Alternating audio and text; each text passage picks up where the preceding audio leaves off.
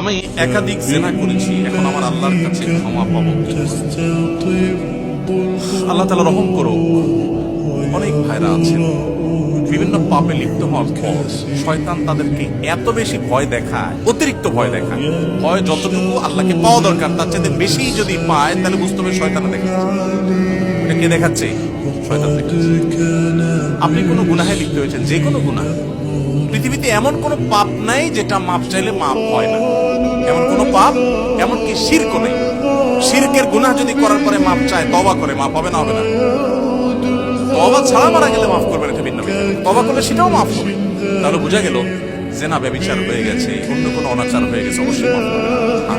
মানুষের হক নষ্ট করেছেন যুবক ভাইরা, 3-4 বন্ধু মিলে চা দোকানে চা খেতে বসেছেন, বাসে উঠেছেন, গায়ে জোর আছে, বাহুতে শক্তি আছে। আমি এই জন্য বলি, 4-5 যুবক ছেলে ফেলে যখন চার দোকানে বসে তখন ওই টি বয়কে ডাকার টোন কিন্তু পাল্টে যায়।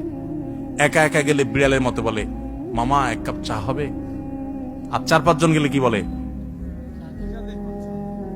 এবারে চা দে। কথা কানে যায় না? কতক্ষণ ধরে বসে রয়েছি?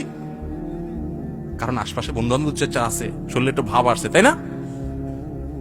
আহা, এই মাস্তানি, এটার বিচার হবে। এটার বিচার হবে। দুনিয়াতে সে বেচার বিচার পাবে না, কিয়ামতে বিচার।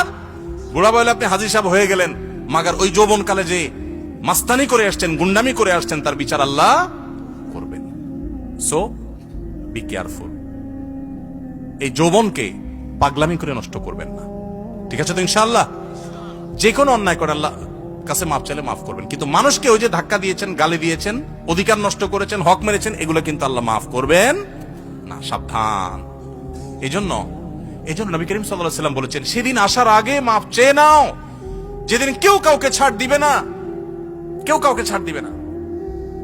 গালি দিয়েছেন, রিকশালা ভাড়া দেন নাই, চুন থেকে নুন খসছে, কথা থেকে কথা বাড়ছে, তর্ক হয়ে গেছে, যা বেটা দিলাম না, কি করতে পারবি কর, চলে আসছেন। এটার ছাড় কিয়ামতের দিন হবে না। নবী সাল্লাল্লাহু আলাইহি ওয়াসাল্লাম বলেছেন, দুনিয়া থাকতে এগুলা মিটমাট করো, এই মামলা নিষ্পত্তি করো, তার হাতে পায়ে ধরে মাপ চেয়ে এটাকে শেষ করে যাও। কিয়ামতের ময়দানে কেউ কাউকে ছাড়বে না। অন্য কোনো অন্যায় করেছেন, জেনা হয়ে গেছে, আল্লাহর কাছে মাফ চাইছেন, তওবা করছেন, লজ্জিত হয়েছেন, আর কখনো করেন না, ফিরে আসছেন, ইনশাআল্লাহ মাফ করবেন আল্লাহ তাআলা। আল্লাহ বলেছেন, লা তাকনাতু মির রাহমাতিল্লাহ, আল্লাহর রহমত থেকে নিরাশ হইও না। ইন্নাল্লাহা ইয়াগফিরুয যুনুবা জামিআ, আল্লাহ সব গুনাহ মাফ করে দিবেন।